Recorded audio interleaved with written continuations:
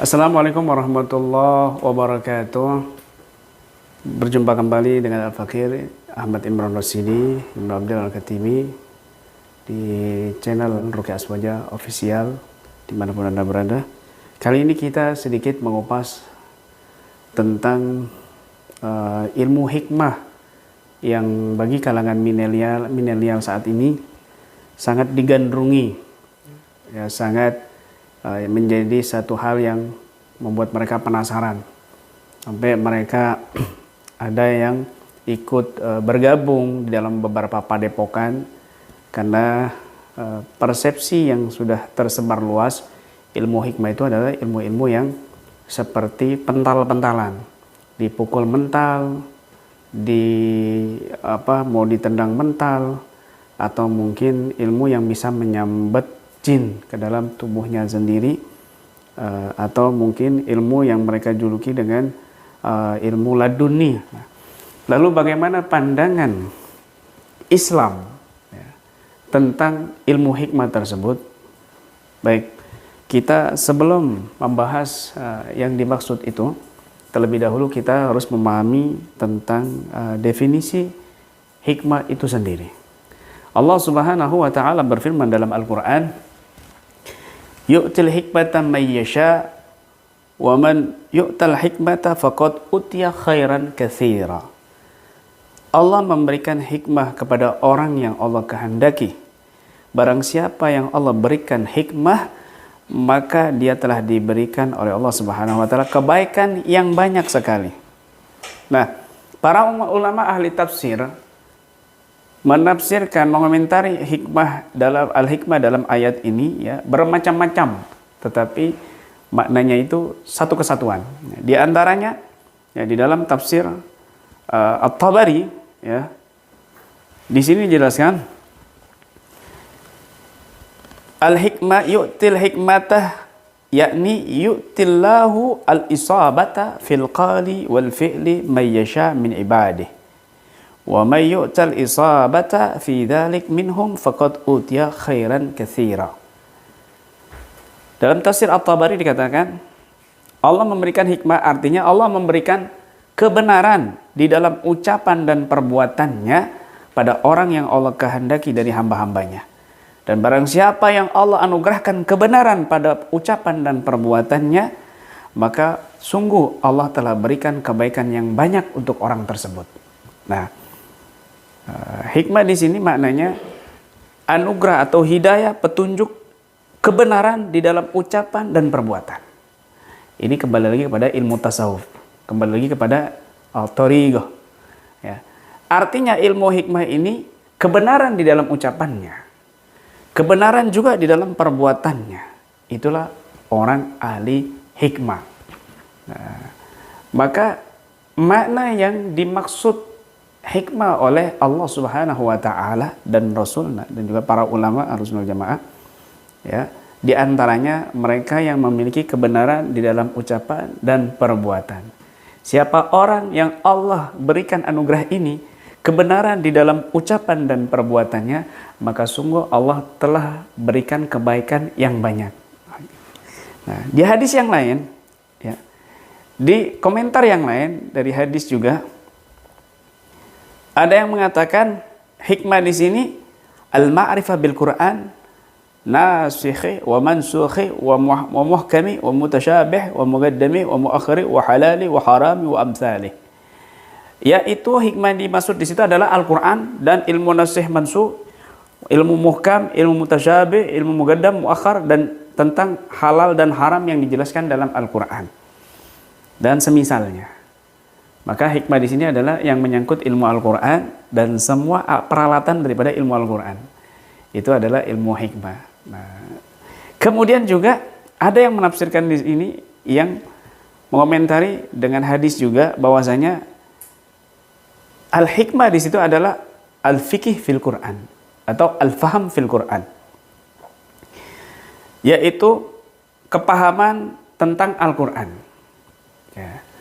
Maka tafsir-tafsir dari para ulama ini yang diambil hujahnya dari hadis-hadis juga, semua itu tadi dari hadis-hadis Nabi SAW, Maka ini menjadi pemahaman satu kesatuan yang luar biasa, bahwa al-hikmah di sini barang siapa Allah memberikan yu'til hikmatan may yasha, Allah memberikan hikmah, ilmu hikmah kepada orang yang Allah kehendaki. Wa may yu'tal hikmata faqad utiya khairan katsira, barang siapa yang Allah berikan ilmu hikmah, maka Allah telah berikan kebaikan yang banyak. Yang pertama tadi adalah al-isabah fil qaul wal fi'il, kebenaran di dalam ucapannya dan di dalam perbuatannya. Maka ketika ada ahli hikmah membuat adegan-adegan settingan, bohong di dalam ucapan, bohong di dalam perbuatan, ini jauh dari kata hikmah yang sesungguhnya. Ini jauh dari kata ahli hikmah yang dimaksud oleh Allah Subhanahu wa taala dan Rasulnya. Kenapa? Karena ahli hikmah adalah al-isabah fil qaul wal fi'il, kebenaran di dalam ucapan dan perbuatannya. Ini kembali kepada ilmu tasawuf, ilmu hati, ilmu thariqah. Maka yang lebih layak disebut ahli hikmah adalah mereka al-mutasawwifah atau ahlu thariqah. Mereka yang lebih layak disebut ahli hikmah adalah orang-orang yang sibuk di dalam memperbaiki ucapannya, di dalam memperbaiki perbuatannya, dalam langkah-langkah jalur-jalur kebaikan yang sudah ditetapkan oleh syariat Islam melalui guru-guru yang tersambung sampai kepada guru-guru kita yang soleh atau sampai kepada para mursyid-mursyid. Nah, maka pada hakikatnya orang ahli thariqah, pada hakikatnya ahli tasawuf, mereka lah yang sebenarnya layak disebut ahlul hikmah. Barang siapa yang masuk kepada itu, barang siapa yang Allah anugerahi itu, faqad utiya khairan katsira, maka sungguh Allah telah berikan kebaikan yang banyak. Dan kemudian juga tadi ada pemahaman tafsir hikmah di situ, al-faham fil Quran, memahami di dalam Al-Quran, paham tentang ilmu Al-Quran, paham tentang ilmu alat-alat Al-Quran, paham tentang manfaatnya Al-Quran, paham tentang barokahnya Al-Quran. Sering kami singgung bahwa Al-Quran ini bisa menjadi obat zahir dan batin untuk akidah kita, akhlak kita, bahkan fisik kita dan jasad kita. Wa nunazzil minal Quran ma huwa syifaa'un wa rahmatun lil mu'minin. Hikmah, sebagian ahli tafsir mengatakan di sini adalah mereka yang memiliki kepemahaman di dalam Al-Quran.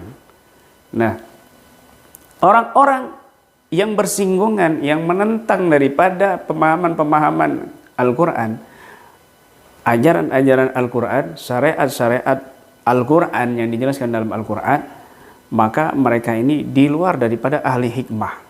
Tetapi mereka yang mengutamakan Al-Quran, yang berpegang teguh dengan Al-Quran, yang menjadikan Al-Quran sebagai obat utama untuk penyakit kita, baik zahir dan batin, betul-betul memahami Al-Quran dengan benar, maka merekalah yang layak disebut dengan ahlul hikmah.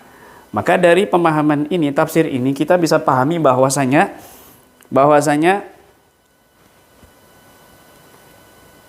mereka yang disebut al-hikmah tadi, yang pertama, mereka yang berusaha memperbaiki ucapan dan perbuatannya dalam kebenaran, ya, bukan kemunafikan, bukan kebohongan dan lain sebagainya.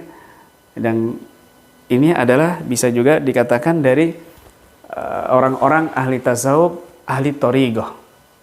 Orang-orang ahli tasawuf dan ahli thariqah, mereka layak disebut ahlu hikmah. Dan juga mereka yang berkecimpung dalam Al-Quran, seperti para pengajar Al-Quran, hafidh Quran, dan juga para peruqyah, mereka juga bisa dan layak disebut ahlul hikmah. Maka makna hikmah yang disesatkan, makna hikmah yang dimaknai di luar makna yang sesungguhnya, yang viral, yang digandrungi kaum milenial saat ini, bukanlah makna yang dimaksud dalam Al-Quran, yang dimaksud oleh Allah dan Rasulnya. Jadi seperti ilmu laduni, ilmu karomah-karomahan, atau dipukul mental dan lain sebagainya, ini makna persepsi yang sudah jauh dari makna yang sesungguhnya. Nah, dari sini kita bisa paham, ya, siapa yang layak yang disebut ahlul hikmah sesungguhnya dalam Al-Quran. Dan siapa mereka yang beruntung, faqad utiya khairan katsira, telah Allah berikan kebaikan yang banyak. Kita di sini dengan akal yang sehat dan pemahaman Al-Quran dari Allah Subhanahu wa Ta'ala dan Rasulnya dan para guru-guru kita yang soleh, para ulama Ahlus Sunnah wal Jamaah yang sudah menjelaskan dalam kitab-kitab tafsirnya, kita bisa bersikap secara bijak untuk menentukan dan memberikan pencerahan kepada umat bahwa hikmah yang sesungguhnya bukanlah hikmah-hikmah yang masyhur di kalangan kita saat ini. Tetapi kita harus bisa memberikan penjelasan, pencerahan kepada umat bahwa ahlul hikmah mereka adalah yang berusaha, yang Allah anugerahi kebenaran dalam ucapan, dalam perbuatannya, dan mereka yang berusaha mengutamakan Al-Quran, memahami Al-Quran dengan baik, mengamalkannya, dan menerapkannya dalam kehidupan sehari-hari. Inilah makna hikmah atau ilmu hikmah yang sesungguhnya. Demikian, mudah-mudahan bermanfaat untuk kita semuanya. Amin ya rabbal alamin.